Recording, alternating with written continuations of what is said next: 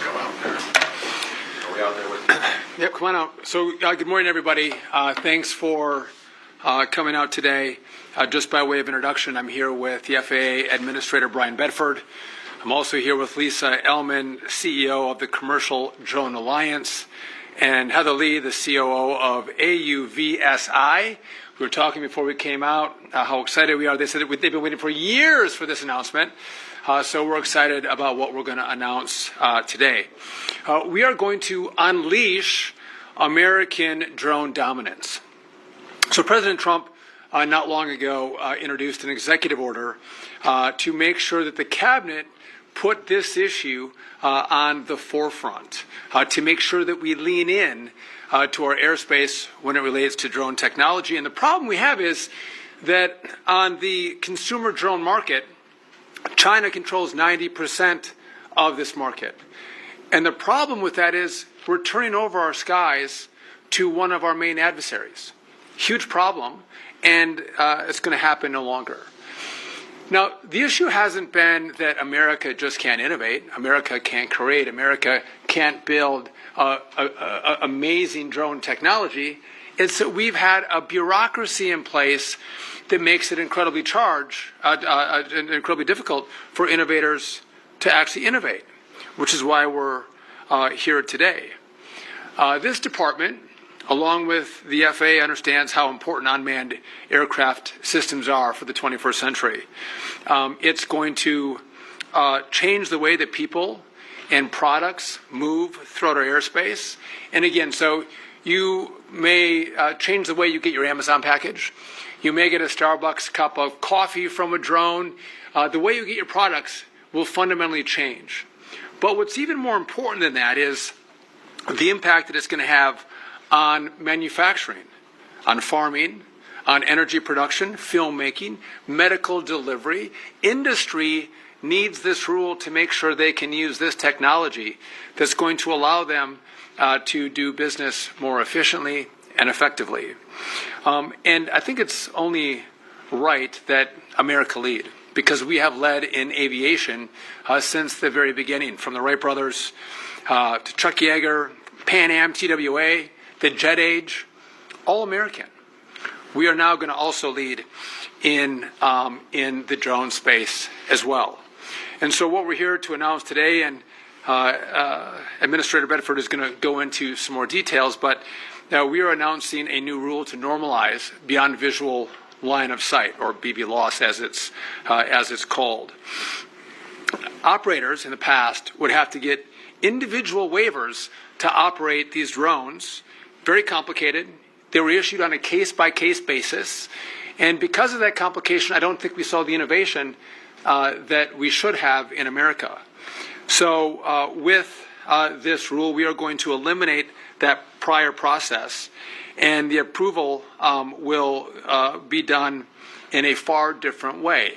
The rules are going to completely change in the way that drone use is going to be approved. And what this is going to do is, again, allow our innovators and businesses to continue to create and innovate and change the way our industry works with the use of these drones. And by the way, we're talking about the commercial use of these drones. Obviously, we look at the rest of the world and how drones are used in another capacity, also very important. But again, this is the commercial use of how these drones can change industry. And I would just note that we work very closely. We partner with our other allies in government on how do we do this the right way? How do we put safety first, the American people first? And so those conversations have been had, but this new rule will enhance safety by requiring safe separation from other drones and unmanned aircraft, if you're going to get a license to fly these. And it's going to require collision avoidance technology. We're also partnering with TSA to ensure that operations supervisors and flight coordinators are properly vetted. We want to make sure the TSA looks at who's operating these, what kind of background do they have, and make sure we have the right people, the good people, operating these drones. And so TSA has been a great partner. We're excited about this announcement today. This has been a long time coming. This was not thought up in the last 7 months. This has been going on for well over 4 or 5 years, this conversation. Under this president, we're not afraid to move and move fast, but also move safely. And I just want to end, before I turn it over to Administrator Bedford, I'm grateful for the president's leadership. He has been remarkable in seeing spaces that government has got in the way of innovation in business and clearing the deck to make sure that we get government out of the way. We still maintain our safety mission, but we allow the creativity of the American spirit to be unleashed. And that's what we're going to do today with the partnership of President Trump with this new rule. With that, I'm going to turn it over to Administrator Bedford. Thank you, Secretary Duffy, and also my thanks to President Trump for his leadership in this. As the Secretary said, this rulemaking has been in process for well over 5 years now. A lot of thought, a lot of critical thinking has gone into the rulemaking process, but the rulemaking's not finished. We have another 60-day sprint for industry-wide comments, which we'll then take into consideration. Also, as the Secretary mentioned, this has been an intergovernment process. We've had our friends both in TSA and Homeland Security participate with us in making sure that we're thinking about all the potential threats as well as the opportunities that go with the deployment of drones. As the Secretary said, this is happening today. We have drones in operation in our skies. It's not as regulated, perhaps, as it should be. It's done on an exception basis, which makes it very, very difficult to manage, and it makes for an uneven playing field as well, which is, frankly, is a headwind for innovation. So finalizing these rules, when the President 2 months ago issued an executive order to bring this to the front of our thinking at FAA. The team at FAA reacted, I think, very professionally, and putting in a lot of late effort to bring this to the rule that we have today. So, again, my thanks to the team at FAA for all of their hard work. Of course, we want to make sure that drones are integrated into the NAS safely. You have a fact sheet that you can take with you that really outlines a lot of the technology that will be involved and the rulemaking that will continue to provide safe separation of manned and unmanned vehicles within the national airspace. So we feel very confident that we've got the rulemaking is anticipating the use of technology like ADS-B that will allow drones to see and avoid manned aircraft in the NAS, and also how we're regulating the operators that we will allow into the NAS through the use of drones. So again, this levels the playing field, brings tremendous innovation capabilities to our U.S. providers, less reliance on potentially the use of foreign products in our national airspace. Again, thrilled to be here today to share and answer questions with you on the BD loss. And also, again, thank you to the President and to Secretary Duffy for their leadership. Now let me turn it over to Lisa Ellman. She's the CEO of the Commercial Drone Alliance. Thank you so much. Thank you. Thank you. Good morning, everyone. I'm Lisa Ellman, the CEO of the Commercial Drone Alliance. We represent the leading innovators in the U.S. commercial drone marketplace. Thank you to Secretary Duffy, to Administrator Bedford, for inviting us to join you in marking this historic moment. Our industry has been waiting for this day for quite a while now, and we couldn't be more excited. The government and industry leaders gathered here today share a common goal: to bring the incredible benefits of drones to communities across the country. We all understand that pioneering these innovative aviation technologies is vital for our economy, for safety, for national security. Drones have become critical tools for so many Americans. Farmers save time and money spraying crops. Line workers safely inspect infrastructure. Police departments respond to emergencies more quickly. And patients gain easier access to medicines, all with today's drone technology. This industry is creating jobs and spurring economic growth for this country. Yet while the technology has rapidly advanced over the last decade, our regulatory framework in the United States has failed to keep pace. Drone operators must navigate a labyrinth of ill-suited regulations designed for crewed aircraft, placing an artificial ceiling on innovation and hampering progress. In the meantime, we've seen our global peers and adversaries surge ahead in the deployment of commercial drone technology. This is a threat to American security and aviation innovation, two areas where we have consistently led the world. And it underscores the urgent need for us to modernize our regulations to regain our competitive edge and safeguard our national interests. We're so grateful that the White House recognized these challenges in its recent executive orders on unleashing American drone dominance and restoring American airspace sovereignty. And today, we take the next step together in establishing American leadership in drone technology. With today's proposal, the domestic drone marketplace gains certainty about what business success will look like in this new era.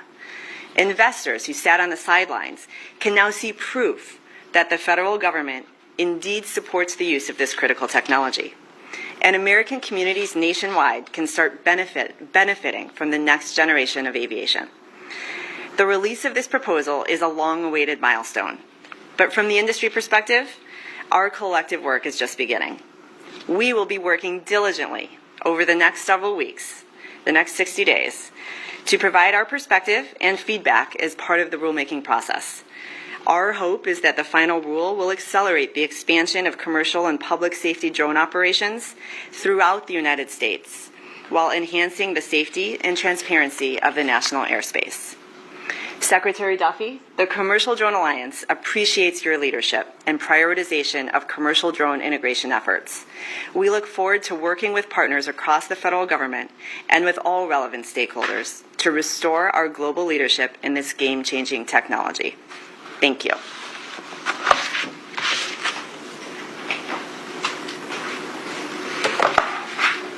Good morning. Thank you to the Department of Transportation, FAA, TSA, and the White House for your leadership in delivering today's long-awaited draft rule and the broader effort to unleash American drone dominance. My name is Heather Lee, and on behalf of AUVSI, I want to commend Secretary Sean Duffy, FAA Administrator Brian Bedford, FAA Deputy Administrator Chris Rocheleau, and Acting TSA Administrator Ha McNeil for their decisive work to advance this process. Their focused leadership and grit has been essential in moving this rule forward. Our President and CEO, President Michael Robbins, regrettably couldn't be here today as he is currently serving our nation on Navy Reserve duty. But he joins me in applauding this major step forward for our industry and for American global leadership. This is a breathtaking moment. For too long, the United States has lacked a clear, scalable, regulatory path for advanced drone operations.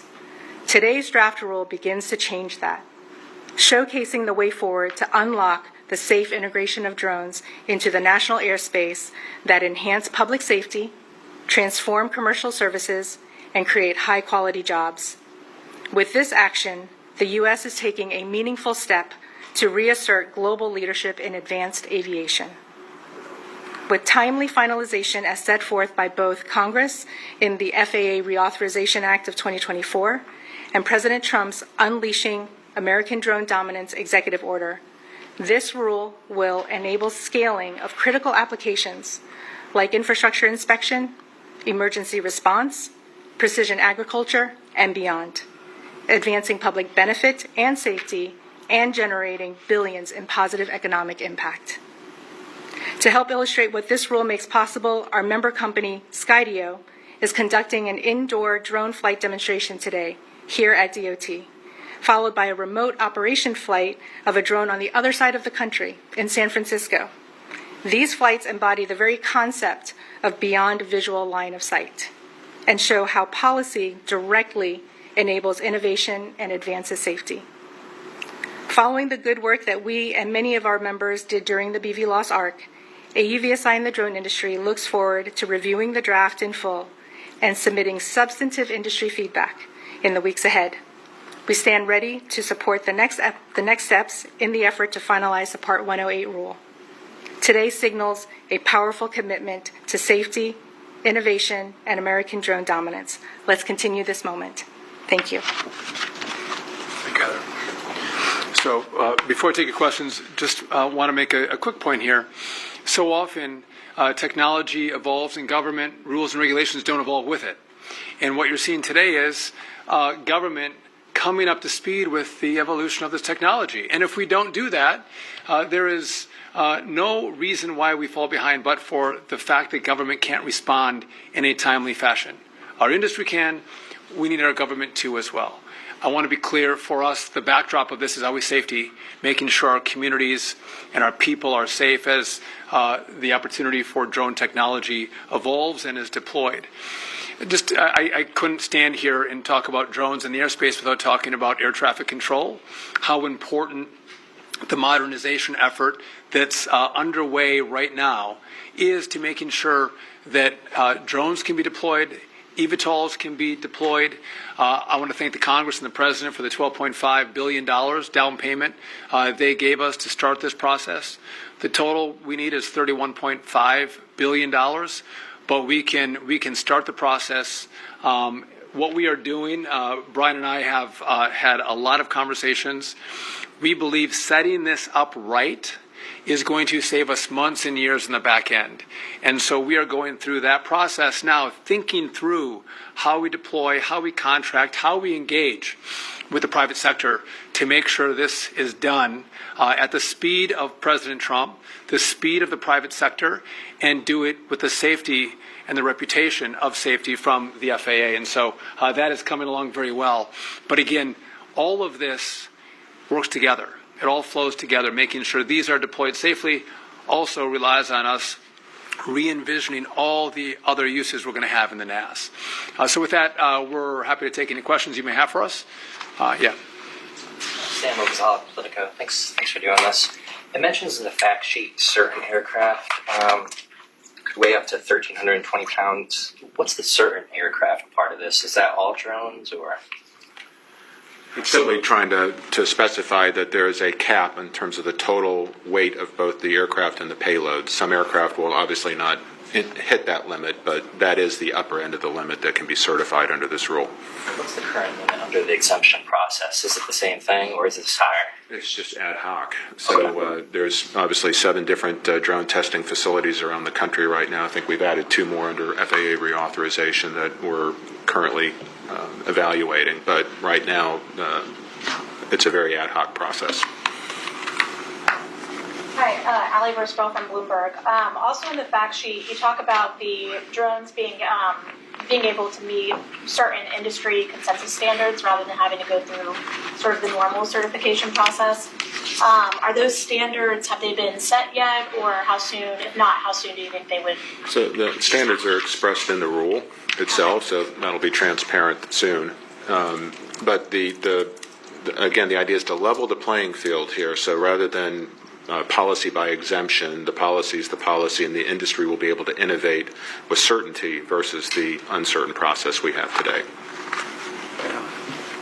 Lauren Shank, Fox Business. I had a question on setting up a nuclear reactor on the moon. What challenges do you and the experts anticipate with that, and how critical is that we beat China in winning the second space race? I didn't think the moon was going to come up today. I wasn't prepared for that. You are the acting NASA administrator. And it didn't come from Politico, so that's wonderful. Listen, so this is not a new concept. This has been discussed under Trump 1, under Biden. But we are in the race. We're in a race to the moon, in a race with China to the moon. And to have a base on the moon, we need energy. And some of the key locations on the moon, we're going to get solar power. But this fission technology is critically important. And so we've spent hundreds of $millions studying, can we do it? We are now going to move beyond studying, and we have given direction to go, let's start to deploy our technology to move to actually make this a reality. And I think the stat we have is it's a 100 kilowatt output. That's the same amount of energy a 2,000 square foot home uses every 3.5 days. So we're not talking about massive technology. We're not launching this live. That's obviously, if you have any questions about that, no, we're not launching it live. But again, energy is important. And if we're going to be able to sustain life on the moon to then go to Mars, this technology is critically important. And I would just note that we're behind, right? If we're going to engage in the race to the moon and the race to Mars, we have to get our act together. We have to marshal all of our resources, all of our focus on going to the moon, which is what we're going to do. And again, there's a lot of things that NASA does, and a lot of people love a lot of the things that NASA does. But this is about space exploration, and this is about this next phase. A lot of people don't know even what Artemis is. Everyone knew what Apollo was. We all knew, the whole world knew what Apollo was. We were going to the moon. Artemis is we're going back. So in the first part of next year, we are going to send Artemis 2 out. Met the 4 astronauts. They're fantastic. We're going to go out around the moon and come back. Artemis 3, we are going to go back to the moon. We're going to land. The longest time we've spent in the past was 3 days. We're going to stay for 6 days. And then after that, we're able to start shipping our assets to the moon unmanned. And we'll have those assets there as our astronauts arrive and are able to build a base. But this is critically important. There's a certain part of the moon that everyone knows is the best. We have ice there. We have sunlight there. We want to get there first and claim that for America. And to do this is this part of the fission technology is critically important to sustain life, because solar won't do it, but it's just a lower amount of that fission technology that's going to allow human life to sustain. Do you have a follow-up? I had a separate question too. So as far as AI and airline pricing, do you have any concerns about Delta and other airlines using AI to set pricing? And have they explained to you at all exactly how they're using it? So do I have a concern broadly about AI pricing? Yes, I do. Let's sell prices on seats for what they should go for. But to try to individualize pricing on seats based on how much you make or don't make or who you are, I can guarantee you that we will investigate if anyone does that. Now, the question was about Delta. Delta has clarified that they are not going to do that. I'll take them at face value in their clarification. But we would engage very strongly if any company tries to use AI to individually price their seating.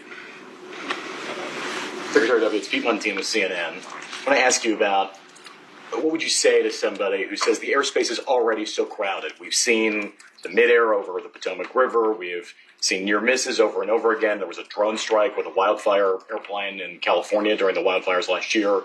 So what would you say to somebody who says that this only introduces more things into the airspace when the warning signs are already there? Take it now. Yeah. I would argue the drone strike, over the wildfires, the reason we need this regulation. The fact is, we've got a little bit of the Wild West out there right now. So regulating to a common standard, making sure the vehicles comply with our regulations, and then surveilling that is a much better place than where we're at today. Not to say the least of which is allowing people to innovate within a set of rules that we can comply with. So I think clearly the regulations that we're talking about will not only enhance the innovation, but it'll enhance safety. So I'm very comfortable with that. As it relates to the airspace, that's why we're modernizing. It's 3 pillars, right? It's getting the people right, getting our staffing where it needs to be. It's getting the technological equipment back, from being 50 and 60 years old, getting that to where it needs to be today, and then designing the new NAS in a way that will allow the safe introduction of these new and emerging technologies and allow industry to continue to add capacity that clearly consumers want. It's 6-7% of GDP. So it's very critical that we get this right, and modernization is going to be the key to doing that. Let me ask just a quick follow-up, because I think a lot of people see drones now in the headlines as tools of war in Ukraine with Russia. How critical is it for us to secure our own large infrastructure, big outdoor events from drones? I know the FAA has been doing a lot of testing, so how critical is it to secure big events? So, as the rule will allow, there will be no ability to fly drones over large sporting events or media events. So we will cordon off airspace, geotag airspace, so that maintains unrestricted use of the airspace that we're okay with, and restricted use where we don't want drones flying. So the regulation will deal with that as well. I will tell you that the drones are happening, and we do have partners in Homeland Security and TSA that are very well aware that bad actors could use drones in a bad way. And so I can assure you that government's focused on making sure that we get the technology right and we get the security right. So they go hand in glove. And Pete, you've done a good job reporting on the airspace, and we appreciate that. But if we stop our innovation because we don't evolve our rules, and we can do it smartly, we understand the equities, we understand the risks, and we work to mitigate those risks. But if we don't update these rules and we allow our adversaries to evolve this technology, it's very dangerous to deploy someone else's commercial technology into our airspace, and the data that could be gleaned from that is a national security threat. And so we want this to be American technology, American innovation, and we can, until we get our new air traffic control system deployed, which is going to make it easier to navigate all of the new uses of the airspace, we keep a keen eye on making sure that we can deploy drones and keep airplanes safe and keep them separated and make sure that, again, we allow the innovators to innovate. Because you go out 10 years, you can't innovate any longer, and you're going to deploy someone else's drone technology into the U.S., and that's a huge problem. Do you want to respond to the security question, just like to keep drones from being a tool of terror? Because it just seems to come up more and more now. It does come up, and that's why we work with all of our partners in government. And there's two different components here, right? We have licensing, we have rules around commercial drone use. There's a whole other component, and we've seen how drones have been used as tools of war. And again, we can say airplanes have the same capabilities, right? And how do we navigate aircraft? One's for war, one's for commercial aviation. We can do that, and we can do that in this space as well. But again, we have to recognize the new and rising threats that exist, and our partners at the DoD and Homeland are probably better suited to answer those questions specifically, but we have partnered with them as we looked at the commercial side of this and how important this is, not just for innovators, for our industry, but also to make sure it's American technology. We got time for one more, guys. Thanks, Secretary. Brendan Collard, sitting with Gray Television. What do you think is a realistic timeline for an average American to be able to, drone deliver a DoorDash? And then do you view the financial investment as the biggest hurdle or something else? What's happening right now in different communities across the country? You're getting a hot cup of coffee, you're getting a DoorDash, you're getting an Amazon package, it's happening in certain communities across the country. Listen, I do think communities have to have a say in do they want drone use in their communities. You'll find that the technology around the noise, which usually is an irritant for people, is remarkable how quiet they are. You don't even know they're there unless you look up. So I think with the evolution of the technology and the noise that comes from a drone, you're going to see a lot of communities that want this technology in their neighborhoods. We also, if you take some Amazon trucks off the road, DoorDash delivery drivers off the road, that frees up our roadways. We see less congestion. There's a lot of benefits that come, less fuel burn. A lot of really good things can happen with this technology using the airspace in a different way. I'll do one more. Thank you, and then we'll wrap up. Hi, Sarah Ploss with CBS News. I just wanted to ask really quickly about some of the issues and questions there have been about plane evacuations recently, and I'm wondering if you guys have any concerns with what you've seen. We saw people taking bags down a slide and things like that. Do we still think that the 90-second evac standard is realistic, and what concerns might you guys have about that? Well, first, we're very happy that there were no injuries or any adverse outcomes for the brake fire with the American Airlines aircraft. So I will say we were all disappointed that many of the passengers on board did not respond to the flight attendant's request to evacuate timely.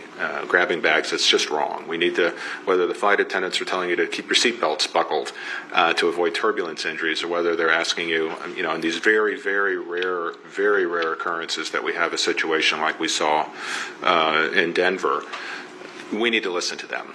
They are there for our safety. They're there for all passengers on board safety. We can't have somebody at the front of the line grabbing their overhead bags and keeping people in the back of the airplane from being able to safely evacuate. So we will be doing some education to make sure that it's clear that passengers on board not only have a obligation, but it's the right thing to do for everybody on board is to listen to the flight attendants and obey their instructions.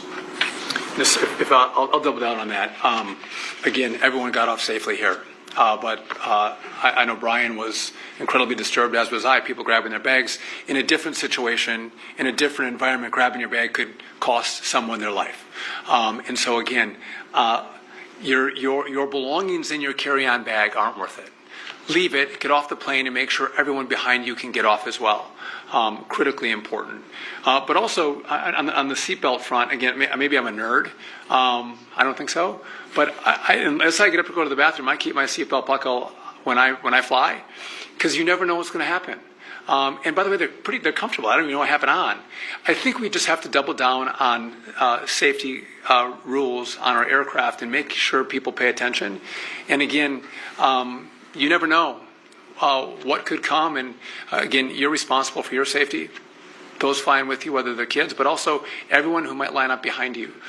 So again, leave your bags behind, keep your seatbelt buckled, and let's all fly safely. But the rules are in place for a reason. And again, I think we should all make sure that we follow them, because the consequence could be much different than the American airline will fire. So with that, listen, thank you all for coming out. We appreciate it. And we're still morning, so all have a good morning. Thank you. All right, John.